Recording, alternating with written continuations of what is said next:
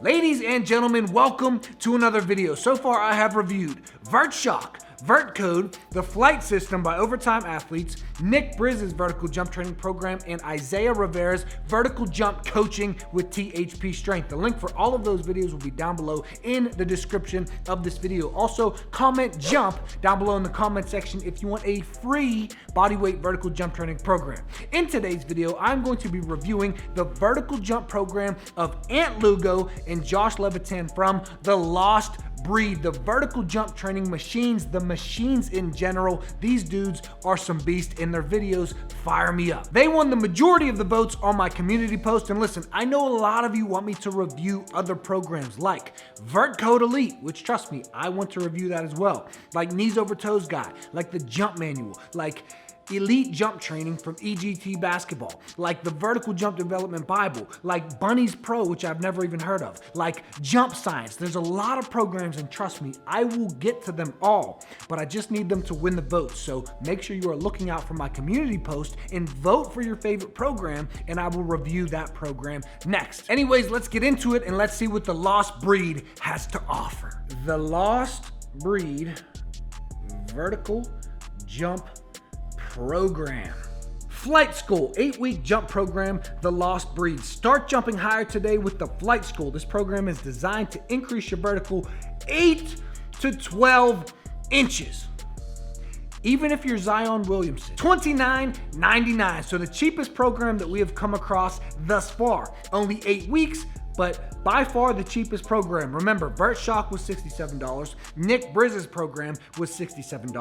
VertCode was $85. The Flight System was $134. And Isaiah Rivera's coaching was $89 a month, or at least the option that I chose. And one thing that I wanted to mention that I forgot to mention when I did the Nick Brizz video is you have VertShock for $67. You have Nick Brizz for $67. For $18 more, you could get VertCode, which is by far the best bodyweight program that I have reviewed thus far, even better than my own bodyweight program. So instead of the $67, pay the extra $18, pay $85 and get the best bodyweight program out there. Take yourself and your athleticism and your career, if this is what you want that to be, seriously. This ebook includes 8 weeks of unique plyometric workouts designed to improve your explosiveness and overall jumping ability, correct jumping techniques and form, exclusive tips on how to take your vertical to the next level, full stretching guide, and you can download it directly to your phone.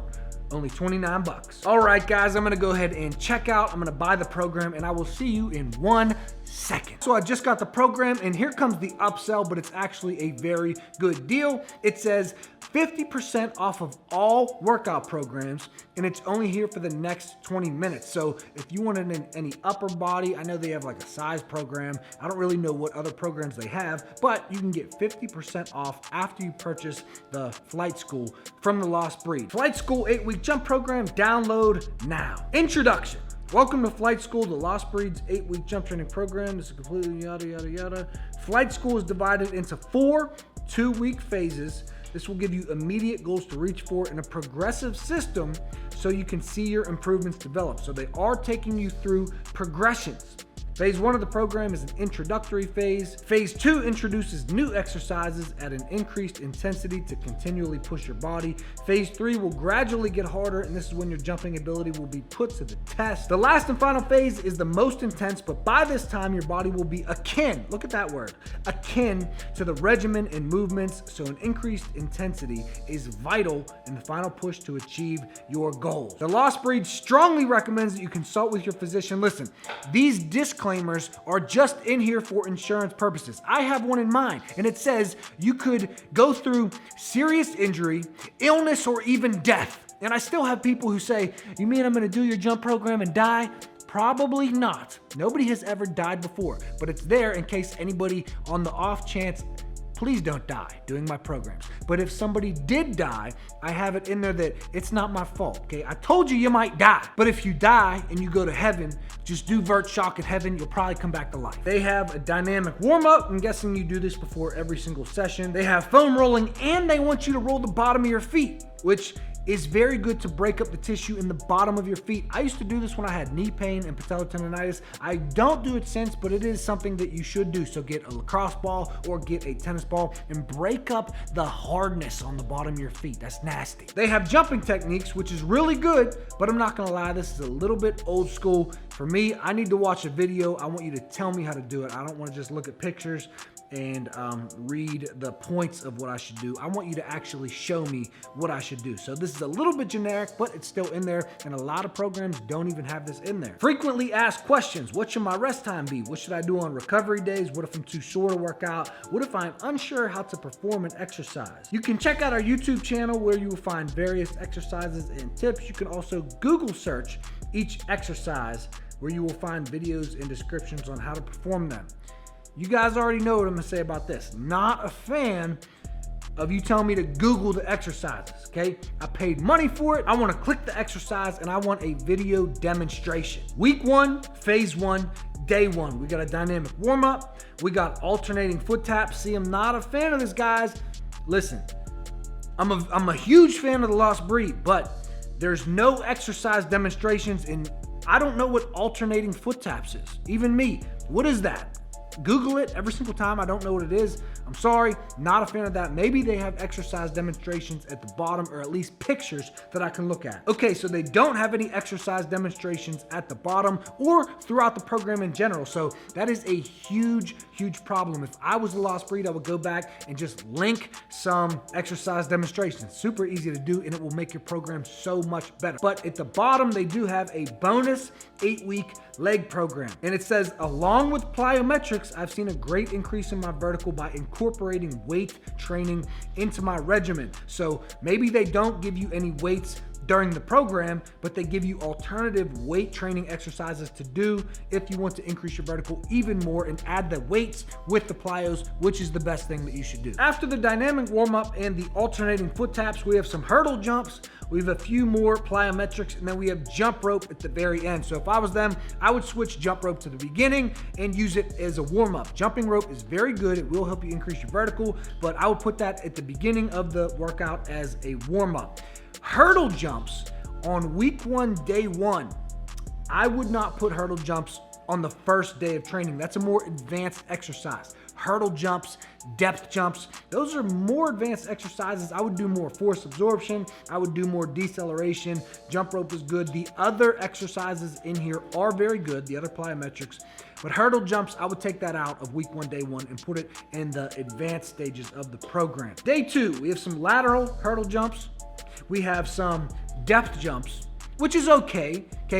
Hopefully the people who do your program have been playing basketball, which most people have, or they've done some vertical jump training before, and then they're gonna get a lot of results from doing hurdle jumps and from doing depth jumps. Those are just more advanced exercises. They are good. They're going to increase your vertical, but I would do a few progressions first before I ever did hurdle jumps or depth jumps with my athletes. Day 3 is incline or resistance sprints. So I actually see the Lost Breed do a lot of sprints where they put a band around the one person and he does a sprint and the one person holds him back, or you're doing incline sprints up a hill. So those are 2 tremendous exercises for increasing your vertical jump. You gotta be doing sprints if you are not already. We got some medicine ball work, and then we got some core work. So there is core work in here. And then day 4 is a rest and recovery day. So 3 days of plyometrics, core on the 3rd day, and then a rest day, which is okay, but I'm telling you, you need a little bit of rest in between each of these sessions, but we don't know what's coming next. Day 5 is the same as day 1, day 6 is the same as day 2, and day 7 is the same as day 3. So listen, I'm just gonna be honest. 6 days of plyometrics with 1 rest day in the middle, it's a little intense.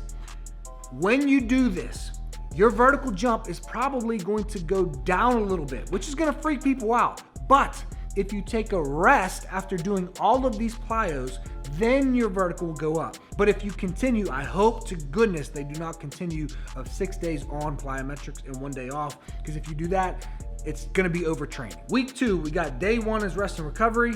Day 2 is the same as day 1 last week, then day 3, same as day 2. So this is the same exact thing. So you have 3 days of plyometric, then a rest. 3 days of plyometrics, rest. 3 days of plyometrics. And this is, like they said, this is the first 2 weeks of their program. This is phase 1 of their program. We are in week 3, which is the beginning of phase 2. So on day 1, you got some sprints, which you gotta be doing your sprints. We got a 5-point drill, which I'm guessing is, some more plyos, some medicine ball stuff. Hey, they do have some strengthening. We got some weighted step-ups. Thank goodness. And then we got an ab circuit, and the next day is a rest day, so we're looking better. Day 3, we got some kneeling jumps, we got some lateral hurdles, we got some more plyos. Day 4, we got some box jumps. I always love box jumps. They're not the absolute best exercise in the world, but who doesn't like box jumps? They're just fun to do. We got depth jumps, which I do want to point out, their rep ranges for these plyos are very good. So if you go out and you do 6 days a week of plyos and you're doing a ton of plyos, it's going to be overtraining. As I look at the rep ranges, the sets and reps, they're not giving you way too many exercises, way too many reps. They're keeping you at lower reps so that you can give max intensity. Like depth jumps in week 1 and 2 for depth jumps, it was 3 sets of 3 reps. You shouldn't go out and do tons and tons of depth jumps. 3 sets of 3 reps is perfect. In my program, I have 3 sets of 5 reps. You should do lower reps, max intensity when doing depth jumps and harder plyos in general. Day 5 is the same as day 1. Day 6 is rest and recovery. And then day 7 is the same as day 3. Week 4 is the same as week 3, except you're starting with the box jump workout. Then you got the sprint workout. Then you got rest and recovery. Then you get the kneeling jump workout. And day 5 is the box jump workout. Day 6 is a sprint workout. And day 7 is rest and recovery. So the way that it worked out is they're not doing 6 days a week of plyos. That was just for the first week. The first week was 6 days of plyos, 1 rest day. The rest of the weeks from there on out are 5 days of plyos and a little tiny bit. I think there was 1 exercise that was strengthening, but they gave you that program at the bottom if you want to add weight training to your plyometric workouts. And we'll look at that in a second. But it ended up being 2 rest days per week and 5 plyos. So far, I still think that's a little too many plyos, to be honest. Moving on to week 5, we are now in phase 3, and all of these exercises are very similar to the exercises that we have been doing, except now we have some single leg hurdle jumps in week 6. So we were doing hurdle jumps, single leg hurdle jumps. Talk about more intense exercises, especially if you're doing high hurdles.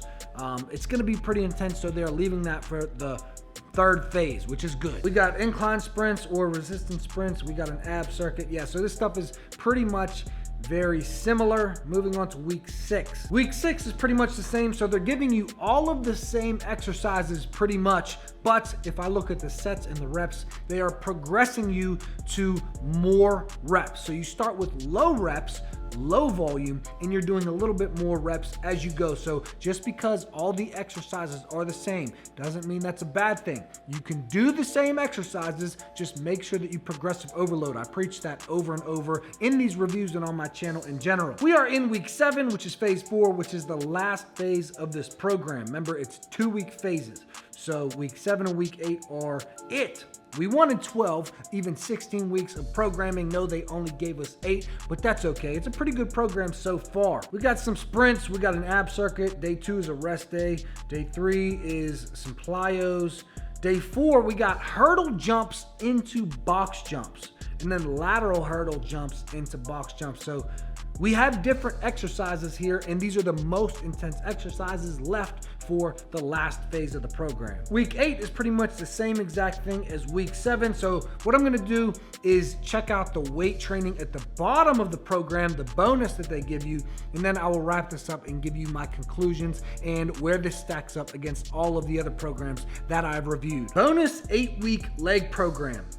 The first superset is leg extensions, superset with lying hamstring curls. I'm just gonna say it, and I'm sure they know this. It feels like they haven't updated this in a while, which leg extensions used to be huge, but new research has come out, and if you're an athlete, you don't need to be doing leg extensions. 0 leg extensions you should do as an athlete, but lying hamstring curls, good exercise for athletes. We got some leg press, we got some walking lunges, We got some explosive squats. We got some stiff leg deadlifts, some calf raises, so they do got calves in there. All right, so they tell you make sure to perform 2 leg workouts a week along with completing flight school, and they give you a bunch of different workouts that you can do that have hamstrings, they got quads, they got some glutes in there, some calves in there. So they give you a bunch of different workouts that you can do. They don't tell you when to do them, okay?